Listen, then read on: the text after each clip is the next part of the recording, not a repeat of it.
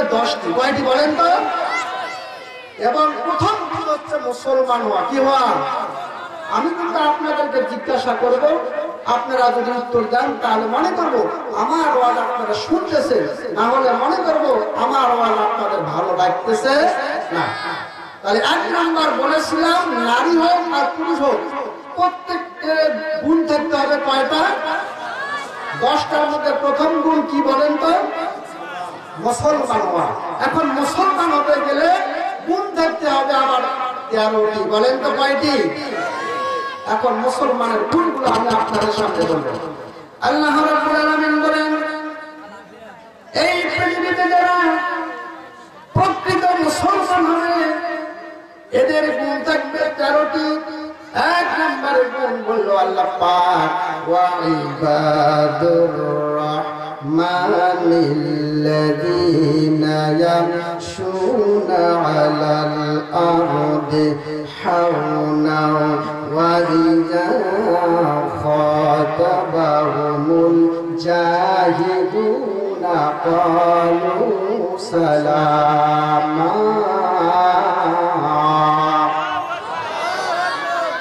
এই আয়াতের মধ্যে আল্লাহ পাক 3টি গুণের কথা বললেন। কয়টি গুণ?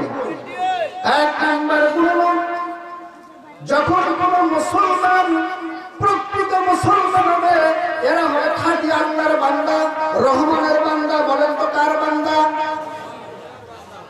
একটা আওয়াজ দিবেন ভাই, রাগ করতেছেন? 1 নম্বর গুণ হতে হবে রহমানের বান্দা। কার বান্দা? তাহলে মুসলমান হতে গেলে প্রথম গুণ হলো কি হতে হবে? রহমানের বান্দা। 2 নম্বর গুণের কথা আল্লাহ পাক বললেন, যখন এই বান্দাটা রহমানের বান্দা হয়ে যাবে তখন তার মধ্যে আরেকটা গুণ চলে আসবে, আল্লাযীনা ইয়ামশুনা আলাল আরদি হাওনা ওয়া ইযা খাতাবাহুমুল জাহিলুনা ক্বালু সালামা। 2 নম্বর গুণ, যখন একজন প্রকৃত মুসলমান হবে জমিনে যখন চলাফেরা করবে তখন সে নম্রের সাথে ভদ্রতার সাথে চলাফেরা করবে। চিৎকার দেবে আল্লাহু আকবার। সে কোনদিন তাকব্বুরি করতে পারে না। একজন মুসলমান হয়ে আরেকজন মুসলমানের উপরে অহংকার করতে পারে। একজন মুসলমান আরেকজন মুসলমানকে হত্যা করতে, একজন মুসলমানের আরেকজন মুসলমানের সমালোচনা করতে পারে, মারামারি করতে পারে না, অহংকার করতে পারে না। কারণ যখন সে প্রকৃত মুসলমান হয়ে যাবে সে জমিনের বুকে যখন চলাফেরা করবে তখন নম্রতার সাথে ভদ্রতার সাথে চলাফেরা করবে। চিৎকার দিয়ে আল্লাহু আকবার। কারণ আল্লাহ পাক বললেন, ও মুসলমানরা, ও দুনিয়ার মানুষেরা, তোমাদের কোনো অস্তিত্ব ছিল না, আমাদের কোনো অস্তিত্ব ছিল? বলেন তো কোনো অস্তিত্ব ছিল? আল্লাহ পাক বলছেন, কাইফা তাকফুরুনা বিল্লাহি আমওয়াতান ফাআহইয়াকুম সুম্মা ইউমীতুকুম সুম্মা ইউহয়িকুম সুম্মা ইলাইহি তুরজাউন। যারা প্রকৃত মুসলমান এরা কোনদিন আল্লাহর সঙ্গে নাফরমানি করতে পারে, কোনদিন কুফরি করতে। কারণ আল্লাহ পাক বলছেন, ওয়া কুনতুম আমওয়াতান, তোমরা তো ছিলে নিষ্প্রাণ, তোমরা ছিলে মৃত্যু, তোমাদের কোনো অস্তিত্ব ছিল না। আমি তোমাদেরকে ফাহিয়াকুম, তোমাদেরকে জীবিত করলাম, এরপরে আমি তোমাদের আবার মৃত্যু করব। সুম্মা ইউহয়িকুম, আমি আবার তোমাদেরকে একদিন তুলব। সুম্মা ইলাইহি তুরজাউন, আবার আমার কাছে ফিরে আসতে হবে। কার কাছে ফিরে যেতে হবে? তাহলে আমরা এই পৃথিবীতে আসছি চিরদিনের জন্য, থাকার জন্য এসেছি নাকি? বলেন, আরো আওয়াজ দিয়ে বলেন, আসছি নাকি? আমাদের দাদারা অনেকের এখন আছে না নাই? অনেকে চলে গেছে, অনেকের বাবাও নাই, এরকম আছে না নাই? চোখের সামনে কতজন চলে গেছে, কথা বলেন ঠিক কিনা? অথচ আমাদের অহংকার, আমাদের তাকব্বুরি, আমাদের মশান দেখলে মনে হয় আমরা এই পৃথিবীতে চিরদিন থাকবো। কথা বলেন ঠিক কিনা? এই পৃথিবীতে সর্বপ্রথম অহংকার করেছিল, তাকব্বুরি করেছিল শয়তান ইবলিস। কথা বলেন ঠিক কিনা? আল্লাহ রাব্বুল আলামিন যখন আদম সৃষ্টি করার জন্য প্রস্তুতি গ্রহণ করলেন, আল্লাহ পাক চারজন প্রধান ফেরেশতাকে ডাক দিলেন। কয়জন? হযরত জিবরাইল আমিনকে ডাক দিয়ে বললেন, হে জিবরাইল আমিন, যাও জমিনের বুকে যা এক মুষ্টি মাটি নিয়ে আসো। হযরত জিবরাইল আলাইহিস সালাম জমিনের বুকে গেলেন। কোথায় গেলেন বলেন তো? কারণ আল্লাহ রাব্বুল আলামিন এই পৃথিবীটাকে সৃষ্টি করলেন 6 দিনে। বলেন তো কয় দিনে? আল্লাহ পাক বলেন, খালাকাস সামাওয়াতি ওয়াল আরদি ওয়া মা বাইনাহুমা ফি সিত্তাতি আইয়াম। আল্লাহু আকবার। আল্লাহ রাব্বুল আলামিন গোটা পৃথিবী, আসমান জমিন যা কিছু আছে সবগুলো কয়দিনে সৃষ্টি করলেন? একটা আওয়াজ দিয়ে বলেন কয়দিন? আমার নবীজি বলেছেন আল্লাহ রাব্বুল আলামিন শনিবারের দিনে সর্বপ্রথম এই জমিনকে সৃষ্টি করলেন। বলেন তো শনিবারের দিনে আল্লাহ পাক কি সৃষ্টি করলেন? একটা আওয়াজ দিয়ে বলেন। জমিনকে যখন সৃষ্টি করা হলো, হাদিস শরীফে আছে জমিন থরথর করে লাফালাফি করছে। আল্লাহ রাব্বুল আলামিন জমিনের ভারসাম্য রক্ষার জন্য রবিবারের দিনে পাহাড় পর্বত মারা দিয়া ঘিরে দিলেন। জমিনের থরথরি বন্ধ হয়ে গেল। চিৎকার দিয়া বলে সুবহানাল্লাহ। জমিন সৃষ্টি হয়ে গেল, পাহাড় তৈরি হয়ে গেল। সববার দিন আল্লাহ রাব্বুল আলামিন জমিন এবং পাহাড়ের ভারসাম্য রক্ষা এবং সৌন্দর্য বৃদ্ধি করার জন্য আল্লাহ রাব্বুল আলামিন সকালের দিনে গাছপালা সৃষ্টি করলেন। মঙ্গলবারের দিন আল্লাহ রাব্বুল আলামিন যত অন্ধকার রাত অমঙ্গল মন্দ জিনিস আছে এগুলোকে সৃষ্টি করলেন। কারণ এর মধ্যে কারণ আছে না নাই? বুধবারের দিন আল্লাহ রাব্বুল আলামিন চন্দ্র সূর্য দিন যা আছে ভালো ভালো জিনিস সবগুলো আল্লাহ পাক বুধবারের দিন সৃষ্টি করলেন।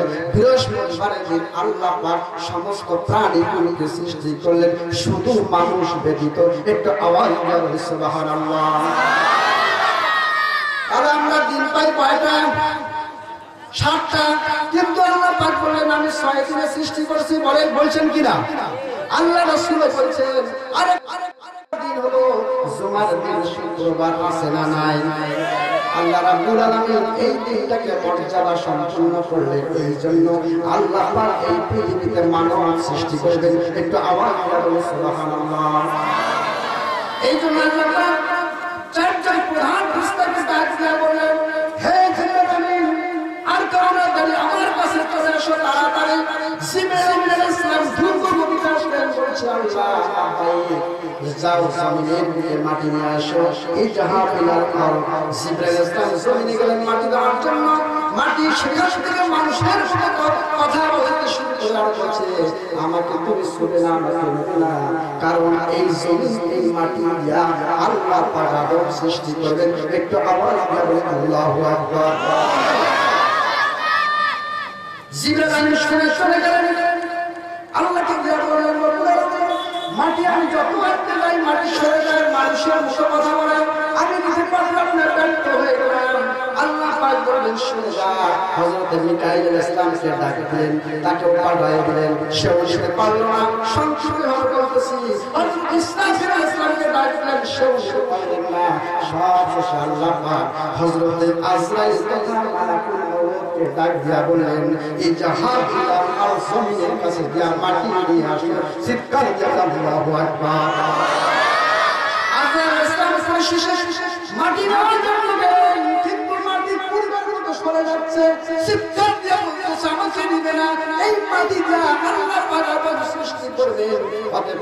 অতএব আমাকে তুলে ছুঁড়ে না আসে। আল্লাহর কসম করে বলছি।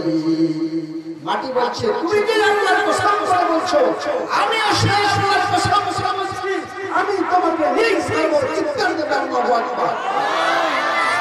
আল্লাহ রাব্বুল আলামিন মাটি নিয়ে গেলেন। আল্লাহ কাছে জিবরাইল ইসলাম মাটি নিয়ে গেলেন আল্লাহর কাছে নিয়ে বললেন আল্লাহ মাটি নিয়ে এসেছি এবার আল্লাহ রাব্বুল আলামিন যখন মাটি পেয়ে গেলেন মাটিটা ছিল শক্ত মাটি এঁটেল মাটি দিদির লাঠি শক্ত এঁটেল মাটি আল্লাহ আকাশকে অর্ডার করলেন ইয়া সামা আনকির আলাইহি আরবাইনা ইয়াওমা হে আকাশ 40 দিন পর্যন্ত বৃষ্টি দে আকাশ সঙ্গে সঙ্গে 40 দিন বৃষ্টি দিলেন এই বৃষ্টির সঙ্গে সঙ্গে বৃষ্টির কারণে শক্ত মাটিটা নরম হয়ে গেল বলে সুবহানাল্লাহ বলেন তো আমরা আটা দিয়ে ময়দা দিয়ে অনেক কিছু তৈরি করতে পারি কিনা কিন্তু পানির দরকার আছে না আল্লাহ পাক পানি ব্যবহার করে মাটির সঙ্গে করার পরে এই মাটিটা হয়ে গেল কাদা মাটি কি মাটি বলেন তো কোরআনের ভাষা আসছে হামায়ুন মাসনুন কাদা মাটি হয়ে গেল আল্লাহ রাসূল বলেন আল্লাহ তাআলা লাম্মা খালাকাল্লাহু আদামা ওয়া কানাত সিত্তুনা দিরআ আল্লাহ রাব্বুল আলামিন এই মাটিটা 60 গজ 120 হাত লম্বা আদম আলাইহিস সালামের বডি তৈরি করলেন বলে সুবহানাল্লাহ একটা ডাইস তৈরি করলেন একটা প্যাটার্ন তৈরি করলেন স্ট্রাকচার তৈরি করলেন ফর্মা তৈরি করলেন আপনারা দেখেন না কি ফর্মা আছে না যত বড় দিবে ফর্মা তত বড় কি হবে কথা বলেন ঠিক কি আল্লাহ রাব্বুল আলামিন 160 একটা বিশাল লম্বা ফর্মা তৈরি করলেন নবীজি বলেছেন লাম্মা খালাকাল্লাহু আদামা ওয়া কানাত নুহু সিত্তুনা যিরা আল্লাহ পাক আলাইহিস সালামের বডিটাকে 120 হাত লম্বা করে দিলেন বলে সুবহানাল্লাহ যখন লম্বা হয়ে গেল মাটিকে শক্ত করার জন্য আল্লাহ রাব্বুল আলামিন আসমানকে হুকুম করলেন সূর্যকে হুকুম করলেন ইয়া শামসু হাসবিকা আলাইহি আরবাইনা ইয়াওমা হে সূর্য 40 দিন পর্যন্ত তার তেজতে সবার যত পাওয়ার আছে আদমের উপরে দিয়ে সঙ্গে সঙ্গে সূর্য আকাশ থেকে কি করলো তাপ দিয়ে দিল আর এই তাপের কারণে পড়া মাটিতে পরিণত হবে সুবহানাল্লাহ কোরআনের ভাষায় সালসাল ফাক্কা একবার ঠান্ডা হয়ে পড়া মাটি হয়ে গেল যখন আমরা হাড়ি পাতিল মারি মাটির হাড়ি পাতিল কেনা হয় না তখন আমরা এগুলো দেখি টকটক করে শক্ত আছে কিনা না ফাটা আছে আছে না না এইরকম করে যখন তৈরি হয়ে গেল আল্লাহ রাব্বুল আলামিন বডি তৈরি হয়ে গেল শক্ত থেকে নরম থেকে শক্ত হয়ে গেল পড়া মাটি হয়ে গেল আল্লাহ পাক এবং আদম আলাইহিস সালামের মধ্যে রূহ ঢুকায়া দিলেন আওয়াজ দিয়ে বলে সুবহানাল্লাহ রূহ ঢুকা দেওয়ার পরে আল্লাহ পাক ওই চারজন ফেরেশতাকে ডাক দিয়ে বললেন কি বললেন وَإِذْ قُلْنَا لِلْمَلَائِكَةِ اسْجُدُوا لِآدَمَ فَسَجَدُوا إِلَّا إِبْلِيسَ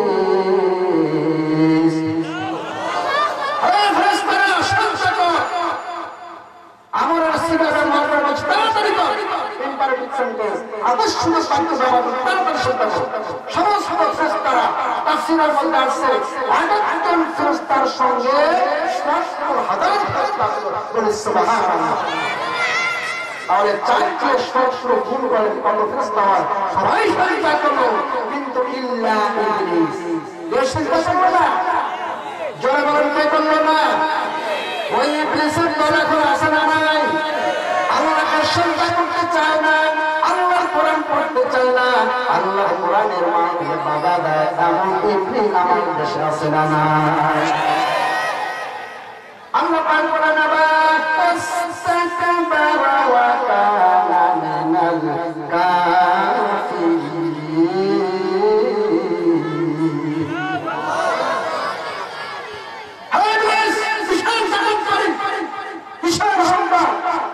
তুমি আদমকে চেষ্টা করবে না আল্লাহ রাব্বুল আলামিন আর ইবলিসকে বাধ্য করে বললেন ইয়া ইবলিস মা মানাআকা আন তাসজুদা লিমা খালাকতু আস্তাকবারতু আম কানা মিনাল আলিমিন